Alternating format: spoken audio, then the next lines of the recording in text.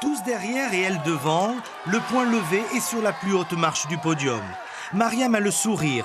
Elle vient de remporter son premier titre de championne de France, le premier de la délégation mahoraise. Une performance d'autant plus grande que cette jeune compétitrice pratique le kickboxing depuis seulement 6 mois. Je suis très fière. En ce peu de temps, j'ai réussi à devenir championne de France. C'est quand même une grande victoire pour moi et pour tous les clubs. On l'a déjà fait à l'entraînement. L'artisan de ce succès, c'est Bakar Ahamada Mbaye, le président de la Ligue mahoraise de kickboxing. Et pour lui, la performance n'est pas le seul moteur.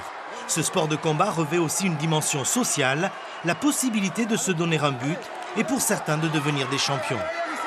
Notre population est jeune, ils ont besoin de voir aussi des exemples pour pouvoir suivre et aussi lutter contre cette délinquance montante et montrer au pouvoir public qu'on peut y faire. Les jeunes de Mayotte ont aussi la capacité de devenir champions, ils ont aussi la capacité de réussir comme les autres, il suffit juste de mettre les moyens.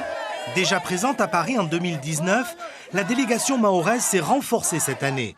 Une trentaine de compétiteurs accompagnés d'une dizaine d'encadrants et beaucoup de médailles.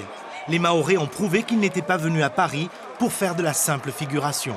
Ils ont démontré à toute la France que Mayotte, c'est une terre de boxe pied-point. Vous savez, cette boxe pied-point, elle donne beaucoup d'idées au niveau social.